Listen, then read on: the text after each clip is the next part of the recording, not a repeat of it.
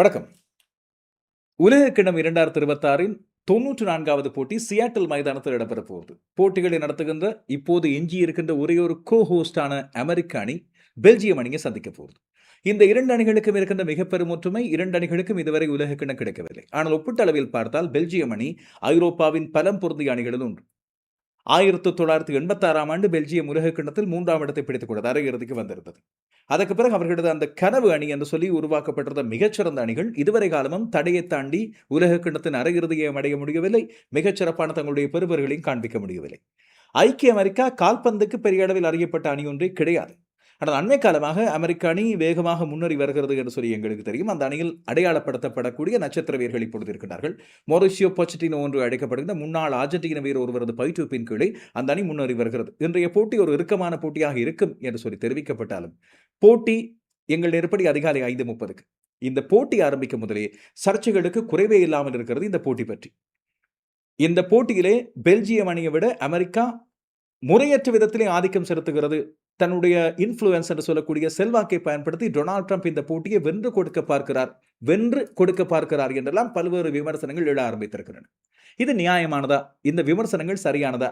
பொதுவாக போட்டிகளை நடத்துகின்ற நாட்டுக்கு எப்போதும் கொஞ்சம் அட்வான்டேஜ் இருக்கும், கொஞ்சம் அதிகூடிய வாய்ப்பு இருக்கும். உதாரணமாக மெக்சிகோ அணிக்கு எதிராக இங்கிலாந்து அணி ஆடிய போட்டி நேற்று அதிகாலை வேளையில் மிக விறுவிறுப்பாக இடம்பெற்ற போட்டி. அந்த போட்டியில் 3-2 என்று இங்கிலாந்து வென்றாலும் இங்கிலாந்துக்கு எதிராகவே அனைத்து சூழல்களும் அமைந்திருந்தன என்பதை நாங்கள் பார்த்தோம். ரசிகர்கள், ஆடுகளத்தின் தன்மை, கடல் மட்டத்திலிருந்து உயரமாக இருக்கின்ற ஒரு மைதானம் என்றெல்லாம் பல்வேறு விடயங்கள் சொல்லப்பட்டாலும் இங்கிலாந்து அத்தனை சவால்களையும் முறியடித்து வென்றது.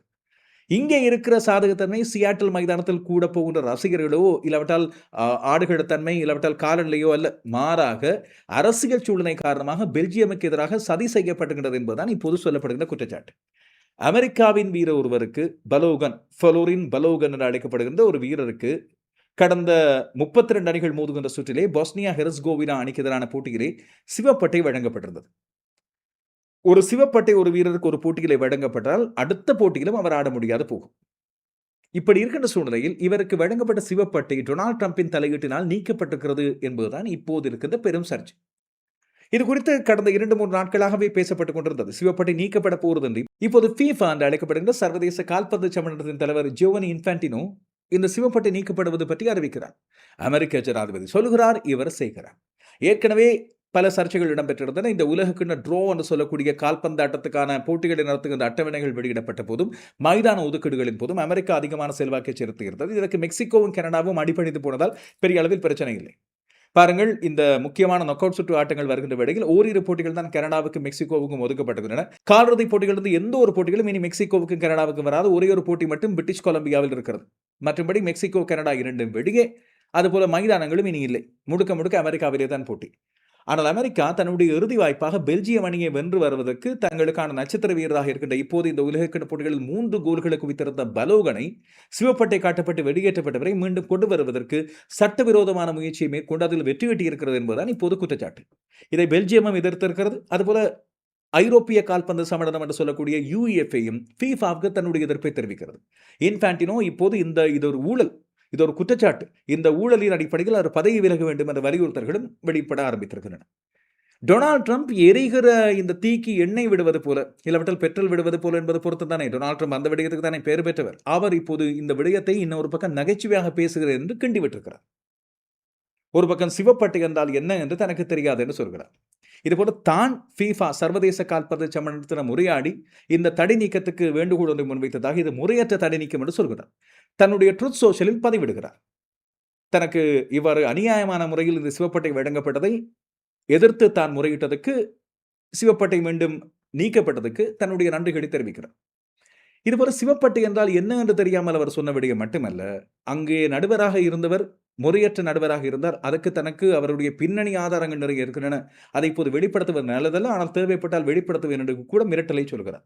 இது உண்மையில் FIFAவை அவர் மிரட்டுவது போல, FIFAவை மிரட்டி பணிய வைப்பது போல, நடுவர் ஒருவரை கேவலப்படுத்துவது போல இல்லையா? I saw the play and I'm a person that loves sports and was a good athlete and I understand sports really well. And that wasn't a foul. That wasn't even an infraction. That was two guys running full speed that happened to crash into each other. You can't take your foot and properly place it on somebody else's foot when you go, no, these were two great athletes that got tangled up, and this referee, who is a little bit suspect, if you check his past. I don't want to say that because I don't like to create controversy, but very suspect. If you'd like, I'll provide you with the past. He made a call that nobody could believe. You know, even people on the other side, they say, "Oh, we got lucky. Wow, that's." And it's very interesting. They say they don't show them in slow motion, and I never realized that. I never heard of that before. That they're not allowed to review in slow motion because it's so different. Because you'll take one little quarter of a second and you'll see that a hand is touching a neck, or you'll see something. Whereas when you see it in fast motion, it will look like two guys collided, which is really what happened. They got sort of entangled. He didn't do anything wrong, and he's our best player or one of our best players, a very vital player. And he gave him a red card. I didn't know what that meant. I didn't think it meant much.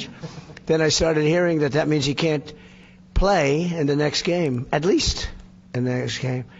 I said, boy, that's a big, if it happened to another player, it would have been unfair, but when they take your best player, or just about, they have some great players, and they say you can't play, that's very unfair. That's, it's one thing to penalize somebody for the game, but how do you penalize them for a game that hasn't been played yet? It's very unfair. You can't do that. So, yes, I asked for a review. இந்த சர்வதேச கால்பந்து சம்மேளனத்தால் நடத்தப்படுகின்ற FIFA உலகக்கிண போட்டிகளை Donald Trump தானே தனித்து நடத்துகின்றார் போல இப்போது வெளிப்படுத்துகிறார் அவருடைய சர்வாதிகாரத்தனமான கருத்துக்கள். இந்த உலகக்கிணம் ஆரம்பிக்கும் போதே சர்ச்சைகளோடு ஆரம்பித்தது. சில நாடுகளுக்கு விசா அனுமதி இல்லை, இலேசாக எல்லோரும் அங்கே சென்று பார்க்க முடியாது. ஏற்கனவே டாலர்கள் பயங்கரம், எக்கச்சக்கமான விலைவாசி. ஆனால் பார்க்க போனால் ஐரோப்பிய நாடுகளைச் சேர்ந்தவர்களும் அமெரிக்க கண்டத்தைச் சேர்ந்தவர்களும் மட்டும்தான் இந்த உலக கிணத்தை பார்க்கலாம் என்பது போல விசா நடைமுறையில் சிக்கலை கொண்டு வந்தார். இது மட்டுமல்லாமல் ஓமார் அட்டான் என்று சொல்லக்கூடிய சொமாலியாவைச் சேர்ந்த மிகச்சிறந்த நடுவரை உள்ளே வரவிடாமலே செய்திருந்தார். இன்னும் பல நாடுகளின் கால்பந்து வீரர்களுக்கு தொல்லைகள் கொடுக்கப்பட்டது. குறிப்பாக ஈரான் அணி வதைக்கப்பட்டது. இந்த உலகக்கிணம் முழுவதும் பாதுகாப்பு சோதனைகள் என்ற பெயரில் மெஸ்ஸி, ரொனால்டோ என்று யாரும் விட்டு வைக்கப்படவில்லை. அவர்களுக்கும் பாதுகாப்பு சோதனை கெடுபிடிகள். இதனால் வீரர்களுக்கு ஃபோக்கஸ் பண்ணி ஆட முடியாமல் இருக்கிறது என்ற ஒரு குற்றம், ஒரு குறை ஒன்று இருந்தது. ஆனால் அமெரிக்காவின் பாதுகாப்பு ஏற்பாடுகள் TSA என்று சொல்லக்கூடிய அந்த நடைமுறை சட்டத்தின் அடிப்படையில் இப்படித்தான் என்ற அடிப்படையில் மெஸ்ஸி, ரொனால்டோ போன்றவர்கள் கூட புன்னகையோடு அதை ஏற்றுக்கொள்ள பழகிக் கொண்டார்கள். ஆனால் ஐரோப்பிய நாடுகளிலிருந்து வருவோருக்கு ஒரு சட்டம், ஏனைய நாடுகளிலிருந்து வருவோருக்கு இன்னும் இறுக்கமான விசா கெடுபிடிகள் என்று போட்டு வருத்தி எடுத்திருந்தது அமெரிக்கா. இதையெல்லாம் தாண்டி அதை கூட விடுவோம். இப்போது இந்த நடவடிக்கையானது நிச்சயமாக FIFAவின் மீது சுமத்தப்படுகின்ற ஒரு முக்கியமான களங்கம். அந்த போட்டியிலே நடுவராக இருந்த பிரேசிலைச் சேர்ந்த ரஃபால் க்ளோஸ் என்ற நடுவர், அவர் இதற்கு முதல் நல்ல பெயர் எடுத்துக்கொண்ட ஒருவர். அவர்தான் பொஸ்னியா ஹெர்சகோவினாவும் அமெரிக்காவும் மோதிக்கொண்ட அந்த 32 அணிகள் மோதுகின்ற சுற்றிலே நடுவராக இருந்தவர். அந்த நடுவராக இருந்த வேளையில் 64ஆம் நிமிடத்தில் அவர் VAR மூலமாக வழங்கப்பட்ட தீர்ப்பு ஒன்று, ஃபோலாரின் பலோகன் அமெரிக்க வீரர், அவர் பொஸ்னியா ஹெர்சகோவினா வீரர் டாரிக் முஹரோமோவிக் கீழே விழுந்த வேளையில் அவரை வேண்டுமென்றே தன்னுடைய காலினால் மிதித்திருந்தார் என்று சிவப்பட்டை வழங்கியிருந்தார். இது உண்மையில் பாரதூரமான ஒரு குற்றம். எனவே இதன் அடிப்படையில் இப்போது சிவப்பட்டை வழங்கப்பட்டது தவறு என்ற ஒரு விடயத்தை நடுவர் பிழையாக விட்டிருக்கிறார். எனவே அந்த சிவப்பட்டை மீட பெறப்பட்டது அந்த FIFA மூலமாகவே டொனால்ட் ட்ரம்ப் செய்திருப்பதன் மூலமாக இது மிக பெரும் அதிருப்தியை ரசிகர்கள் மத்தியில் ஏற்படுத்தியிருக்கிறது. எனவே பலோகன் மீண்டும் அணிக்குள்ளே வருகிறார் என்பது பெல்ஜியம் அணிக்கு ஒரு ஆபத்தான விடயம். சரி, பெல்ஜியம் அதையெல்லாம் எதிர்த்து ஆடும் திறமையான வீரர்களை வைத்திருக்கிறது என்று வைப்போமே. ஆனால் அப்படியான சூழ்நிலையில் இப்போது ஒரு முறையற்ற விதத்தில் தடை செய்யப்பட்ட ஒரு வீரரை மீண்டும் கொண்டு வருவது என்பது பிழையான உதாரணங்களை சுட்டிக்காட்டியுள்ள ஒரு விடயமாக அமைந்திருக்கிறது என்பதுதான் இப்போது பல பேரும் குறிப்பிடுகின்ற ஒன்று. அமெரிக்க பயிற்றுவிப்பாளர் மொரிஷியோ பொச்செட்டினோ இந்த விடயத்திலே தன்னுடைய வீரருக்கு ஆதரவாகத்தானே செயற்படுவார். அவர் சொல்கிறார் 99.9% ரசிகர்களும் கால்பந்து விற்பனர்களும் அந்த சிவப்பட்டை வழங்கப்பட்டது தவறானது என்று கருதுகிறார்கள். எனவே அதை மீளப்பெறப்படுவது நல்லது, இது கால்பந்துக்கு உதாரணமாக அமையக்கூடியது என்று சொல்கிறார்கள். காரணம், இந்த ஆக்ஷன் ரிப்ளை என்று ஸ்லோ மோஷனில் பார்க்கும்போது அது உண்மையில் தவறாக நடந்த ஒரு விடயம், தெரியாத்தனமாக நடந்த விடயம், வேண்டுமென்றே செய்யப்படவில்லை என்று சொல்கிறார். உண்மையில் கால்பந்திலே சில விதிமுறைகள் இருக்கின்றன. ஃபவுல் போன்றவை ஆடப்படும் போது எதிரணி வீரர்களுக்கு உபாதைகள் ஏற்படுத்துகின்ற விதமாக முறையற்ற கிக்கிங், இல்லாவற்றால் முறையற்ற உதைகள் போன்றவை வழங்கப்படும் போது, இல்லாவற்றால் முட்டித்தள்ளுதல், உடல் தொடுகை, பாடி ஹார்மிங் போன்றவை இடம்பெறும் போது நடுவர்கள் தங்களுக்கு இணங்கிய அடிப்படையில் அந்த தீர்ப்பை வழங்கலாம். இது பொதுவாக நடைமுறையில் இருக்கின்ற விடயம். எனவே அங்கே வழங்கப்பட்ட சிவப்பட்டை எவ்வாறு ஜனாதிபதி மற்றும் FIFAவின் தலைவரின் தலையீடுகள் மூலமாக நீக்கப்பட்டது என்பதுதான் இப்போது சந்தேகமாக, இல்லாவிட்டால் நேரடியாக விமர்சனமாக சொல்லப்படுகின்ற ஒன்று. பெல்ஜியமின் பயிற்சியாளர் ரூடி கார்சியா இந்த விடயத்தை வேறொரு விதமாக தன்னுடைய கண்டனத்தை, கோபத்தை, கிண்டலாக சொல்லியிருக்கிறார். ஜூலை 5 இந்த தீர்ப்பு வந்திருக்கிற நாள், அதாவது நேற்றைய நாள். இந்த தீர்ப்பை வழங்கியிருக்கின்ற FIFA கால்பந்து சம்மேளனம் ஜூலை 5 திகதியாக கொண்டிருக்கிறதா, இல்லாவிட்டால் ஏப்ரல் 1 முட்டாள் தினத்தை தேதியாக கொண்டிருக்கிறதா என்று சொல்லி கேள்வி எழுப்பியிருக்கிறார். பெல்ஜியம் தன்னுடைய நேரடி கண்டனத்தை வெளிப்படுத்தியிருக்கிறது. எந்த ஒரு வீரருக்கும் தாங்கள் பயமில்லை, ஆனால் தடை செய்யப்பட்டு ஆட முடியாது என்று சர்வதேச கால்பந்து சம்மேளனத்தினால் அறிவிக்கப்பட்ட ஒருவர் இப்போது சிவப்பட்டை காட்டப்பட்ட ஒருவருக்கு சிவப்பட்டை நீக்கப்பட்டவர் ஆடப்படுகிறார் என்று சொன்னால் இது விதிமுறைகளுக்கு மீறானது. அதை தாங்கள் எதிர்க்கிறோம் என்று சொல்லி அவர் குறிப்பிட்டார். அப்படியாக இருந்தால் ஏனைய சிவப்பட்டை வழங்கப்பட்ட வீரர்களுக்கும் இப்படியான வாய்ப்பு ஒன்று வழங்கப்பட்டிருக்க வேண்டும், தங்கள் நாட்டு ஜனாதிபதிகள் பேசியிருக்க வேண்டும் என்று சொல்கிறார். இன்று வெற்றி பெற்ற இங்கிலாந்து அணியின் தலைவர் ஹரிகேன் கூட வேடிக்கையாக சொல்கிறார், தங்களது அணியிலும் சிவப்பட்டை பெற்றுக்கொண்ட வீரர் ஒருவர் இருக்கிறார், அவருக்கு முடிந்தால் டொனால்ட் ட்ரம்ப் பேசி சிவப்பட்டை நீக்கி வழிவகை செய்யுமாறு அவர் வேண்டுகோள் ஒன்றை முன்வைத்திருக்கிறார். கியானி இன்ஃபான்டினோவிடம் தொலைபேசி மூலமாக பேசித்தான் இந்த தடை நீக்கத்தை டொனால்ட் ட்ரம்ப் பெற்றுக்கொண்டார் என்பது இப்போது வெளிப்படையாக தெரிகின்றது. இது இப்போது புளோரின் பலோகனுக்கு எந்த விதமான தாக்கத்தை கொண்டு வரப்போகிறது, அதுவும் ஒரு முக்கியமானதானே. அவர் இப்போது உற்சாகமாக வருகிறார் என்ற அணிகளை வைத்தாலும் அவர் மீது எல்லோருடைய பார்வையும், நீ பின் வழியால் தானே உள்ளே வந்தவன், பின் கதவினால் நுழைந்தவன் தானே, சிவப்பட்டை உனக்கு நீக்கப்பட்டது அநீதியான முறையில் தானே, இப்படியான விடயங்கள் அவர் மீதான விமர்சனங்களாக வரும். அது கட்டாயமாக அவரை அடுத்தத்துக்குள்ளாக்கும். இந்த சூழ்நிலைக்கு தான் இந்த போட்டி ஒரு தகிப்பின் மத்தியில் இடம்பெறப் போகிறது. எங்களுக்கு அதிகாலை வேளையில் இந்த சியாட்டில் மைதானம் உண்மையில் இன்று நிறைந்திருக்கும். அது தவிர முக்கியமாக அமெரிக்கா மட்டுமே இப்போது எஞ்சி இருக்கின்ற ஒரே ஒரு நாடு என்ற அடிப்படையில் நாக் அவுட் சுற்றிலே அமெரிக்கா தோற்றால் காலிறுதியை தாண்டி வராமல் போகும் என்ற அடிப்படையில் அவர்களுக்கு ஒரு தீர்க்கமான போட்டியாக இருக்கும். இப்போது நாங்கள் இந்த போட்டி பற்றிய சுருக்கமான முன்னோட்டம் வரை பார்க்கலாம். பெல்ஜியம் அணி உலகத்தரமான வீரர்கள் பல பேரை கொண்டு வந்திருக்கிறது.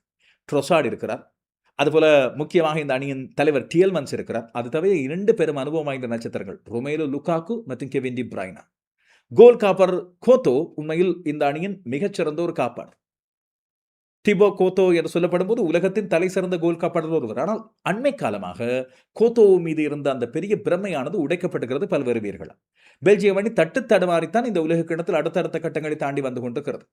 அந்த அணி செனகல் அணிக்கு எதிராக அதிர்ஷ்டத்தின் அடிப்படையில் தான் வென்றது. அதிலும் சர்ச்சைக்குரிய தீர்ப்பு ஒன்று வழங்கப்பட்டது என்ற விடயம் எல்லாம் சொல்லப்படுகிறது. இப்போது பாருங்கள், சர்ச்சைக்குரிய விதத்தில் சிவப்பட்டை காட்டப்பட்ட ஒருவர் மீண்டும் வாய்ப்பு பெற்று வருகின்ற வேளையில் பெல்ஜியம் அணியும் சர்ச்சைக்குரிய விதத்தில் தான் இந்த உலக கிண்ணத்தை தாண்டி வந்திருக்கிறது என்ற அடிப்படையில் அதற்கு இது சரியா போச்சு என்று சொல்வோரும் ஒரு சிலர் இருப்பதை நாங்கள் பார்க்கிறோம். ஆனால் உண்மை அதுவல்ல. இந்த பெல்ஜியம் அணியானது அந்த சிவப்பட்டை காட்டப்பட்ட இந்த வீரரின் விடயத்திலே எடுத்துக்கொண்ட ஒரு நடைமுறையானது உண்மையில் அவர்கள் தங்களுடைய எதிர்ப்பை வெளிப்படுத்தி இருப்பது சரியானது. ஆனால் இப்போது இருக்கின்ற சூழ்நிலையில் அமெரிக்காவை தாண்டி எதுவும் நடக்காது, குறிப்பாக ஃபீஃபாவினால் சமாதான விருது வழங்கப்பட்ட ஒருவராக டொனால்ட் ட்ரம்ப் இருக்கும்போது, இன்ஃபான்டினோவுக்கும் டொனால்ட் ட்ரம்புக்கும் இடையில் அப்படி ஒரு நெருக்கம் இருக்கும் போதும், அதுபோல உலகத்தை கட்டுப்படுத்துவதனால் ஃபீஃபாவை கட்டுப்படுத்த முடியாத அந்த கேள்வி இருக்கும் போதும், இந்த 2 அணிகளுக்கு இடையிலான போட்டி சில சர்ச்சைகளை உருவாக்கி கொண்டு நேரடியாக ஆடுகளத்தின் தன்மையில் மட்டுமல்லாமல் வெளியேயும் கவனம் செலுத்த வேண்டிய அவசியத்தை ஏற்படுத்தி இருக்கிறது. பெல்ஜியம் மற்றும் அமெரிக்க நாடுகளுக்கு இடையில் இதுவரைக்கும் 7 சர்வதேச போட்டிகள் நடந்திருக்கின்றன. இந்த 7 போட்டிகளில் அமெரிக்கா ஒரே ஒரு தடவை தான் வென்றிருக்கிறது. அது வென்று கிட்டத்தட்ட 100 ஆண்டுகளாகின்றன. சரியாக சொல்வதாக இருந்தால் 36 ஆண்டுகள். முதலாவது உலகக்கிண்ண போட்டியில் அமெரிக்கா பெல்ஜியம் அணியை வீழ்த்தியிருந்தது 1930ஆம் ஆண்டு. அதற்கு பிறகு தொடர்ச்சியாக தோல்விகள்.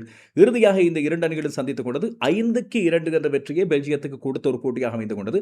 சர்வதேச ரீதியில் இடம்பெற்ற சிறியபூர்வமான போட்டி கடந்த மார்ச் மாதம் இடம்பெற்றது. அப்போது நிச்சயமாக அமெரிக்காவை யோசித்திருக்காது தாங்கள் பெல்ஜியமை சந்திப்போம் என்று, பெல்ஜியமை யோசித்திருக்காது அமெரிக்காவுக்கு எதிராக இப்படியான சர்ச்சையான போட்டி ஒன்றில் தாங்கள் ஆட வேண்டியிருக்கும் என்று. இந்த சூழ்நிலைக்கு தான் இந்த 2 அணிகளுக்கு இடையிலான இந்த நாளில் இடம்பெற போன்ற 16 அணிகள் மோதுகின்ற காலிறுதிக்கு முன்னதான சுற்றை நாங்கள் எடுத்து பார்ப்போம் என்று சொன்னால், இந்த 2 அணிகளும் முதலாம் சுற்றை எவ்வாறு கடந்து வந்தன என்று பார்க்கின்ற வேளையில் அமெரிக்கா பிரிவிடையிலேயே ஆதிக்கம் செலுத்தி முதலாம் இடத்தை பிடித்துக் கொண்டது. பரகுவே மற்றும் ஆஸ்திரேலியா ஆகிய அணிகளை இலகுவாக வீழ்த்தியிருந்தது. ஆனால் துருக்கி அணியிடம் 3-2 என்று தோற்று போயிருந்தது. அது உண்மையில் அமெரிக்காவுக்கு ஒரு அவமானம் பொறுத்தார். அந்த தோல்வி எதிர்பாராத தோல்வி. ஆனால் தட்டி விட்டுக் கொண்டு அவர்கள் அடுத்த கட்டத்துக்கு வந்து விட்டார்கள். குறிப்பாக அவர்களது அணித்தலைவர் புலிசிக் அந்த போட்டிக்கு பிறகுதான் ஆரோக்கியமாக ஆட முற்பட்டார் என்ற அடிப்படையில் அதை ஒரு வரமாக அமெரிக்கா எடுத்துக்கொண்டது. பெல்ஜியம் பிரிவு ஜியிலே முதலாம் இடத்தை பிடித்துக் கொண்டது. ஆனால் 5 புள்ளிகள் தான் கிடைத்தன. ஈஜிப்த் அணிக்கு எதிராகவும் ஈரான் அணிக்கு எதிராகவும் சமநிலை முடிவுகள் அந்த அணியின் பலவீனத்தை காட்டுவதாக அமைந்திருந்தன. கோல்கள் குவிக்க முடியாமல் ரொமேலு லுகாக்கு தடுமாறுகிறார், அவர்களது முன்கள வீரர்கள் தடுமாறுகிறார்கள் என்ற விமர்சனம் எழுந்திருந்தது. இறுதியாக நியூசிலாந்தை அவர்கள் இலகுவாக வந்தார்கள். செனகல் அணிக்கு எதிராக முதல் 2 கோல்களை கொடுத்த பிறகு மிகச் சிரமத்தின் மத்தியில் 3-2 என்று வந்து வந்திருக்கிறார்.